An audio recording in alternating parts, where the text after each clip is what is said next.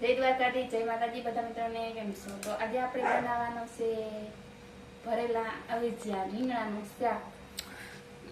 તો આપણે જો રીંગણા આપણે એકવાર કટિંગ કરી લઈએ. તો પેલે આવી રીતે આપણે ડાંગલા કાપી લેવાના છે અને આવી રીતે આપણે રીંગણાના કાન હોય કાઢી લેવાના. રીંગણાની કાન હોય તો તે સાંભળતા છે ને રીંગણા કાનવાના હોય ને, કાન કહેવાય રીંગણાના. એવું હોય કા? હા. તો બધા રીંગણા આપણે હેલ્થની ડાંગલા કાપી લઈએ, પછી આપણે મસાલો બનાવવાનો છે. તો બનાવી જોઈ દઈએ.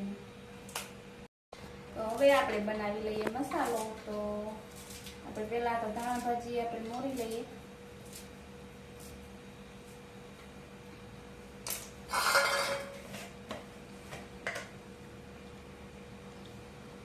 પછી નાખી દેવાની છે આપણે હળદર,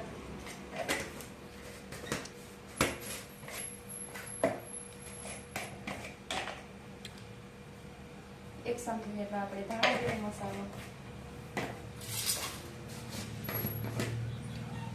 સ્વાદ પ્રમાણે મીઠું,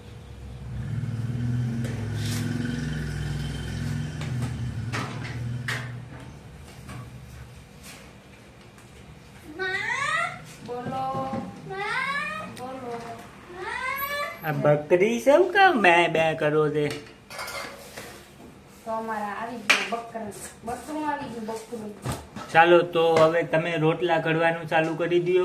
આપણા મનીષાબેનને આ ઢોળી રોટલા ઘડવાના, તારા રોટલા ઘડવાના, મારા શાક બનાવી નાખવાનું. આપણે થોડોક નાખ્યો ચણાનો લોટ નાખ્યો. ચણાના લોટ નાખવાથી આપણે મસ્ત મજાનો આપણે ગ્રેવી જેવો ઘાટો રસો બને, એટલા માટે. ને આપણે થોડુંક આપણે તેલ નાખી દેવાનું છે અને થોડુંક એવું આપણે પાણી નાખી દઈશું. એટલે સરસ રીતે આપણે મસાલો રીંગણામાં થઈ જાય એટલે બહાર ના નીકળે.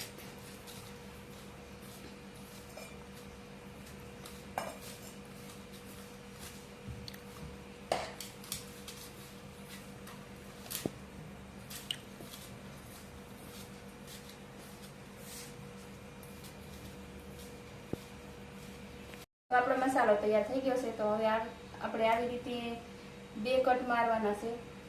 આપણે જોઈ લેવાનું કે આપણે રીંગણ બગડેલ ના હોય ને, તો એ રીતે આમ જોઈને પછી મસાલો આપણે ભરતું જવાનું. તો આવી રીતે આપણે બધા રીંગણા ભરી લેવાના છે.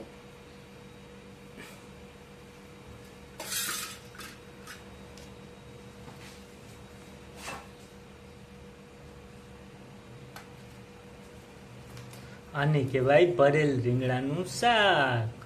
હવે જ્યાં આપણી ભાષામાં હોય તો હવે આવી જ રીતે તો બધા રીંગણા ભરી લેવાના.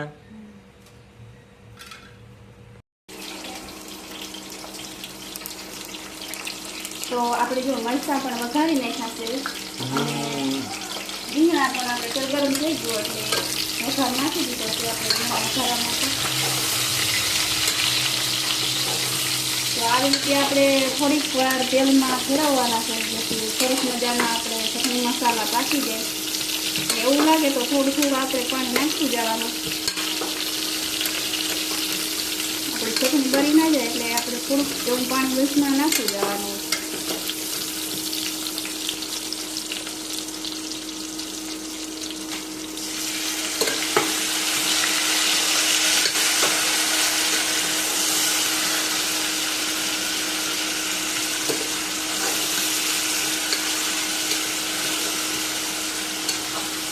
વાહ, હું સુગંધ આવ્યો. એવો હવે જ્યાં બનાવ્યા આવે ગયો સુગંધ એટલે ગરમા ગરમ રોટલા બને. મનીષાબેન રોટલા બનાવે છે. હાલો તો આપણે જા રોટલા બને છે એ પણ તમને બતાવી દઉં. આ અમારા જટાયા બેન રોટલા બનાવે છે, હાથમાં રોટલો લઈને.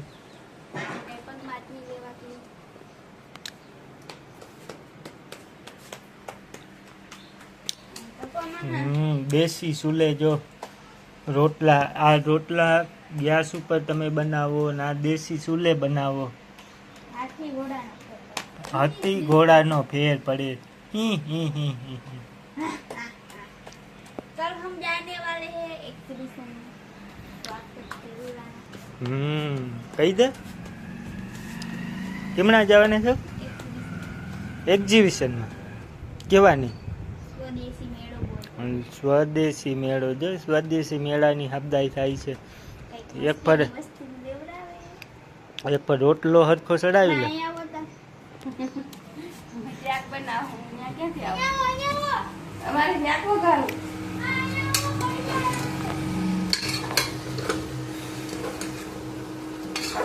તો આપણે સરસ મજાના ચટણી મસાલા સળી ગયા એટલે હવે આપણે થોડુંકમાં પાણી નાખીએ એક સરસ છે જેટલા આપણા રીંગણા સળી જાય એટલું આપણે પાણી નાખવાનું છે અને પાણી નાખી અને 2-3 સીટી ખાવા દઈશું એટલે સરસ મજાનું આપણે હવે જ્યાં બનીને તૈયાર થઈ જશે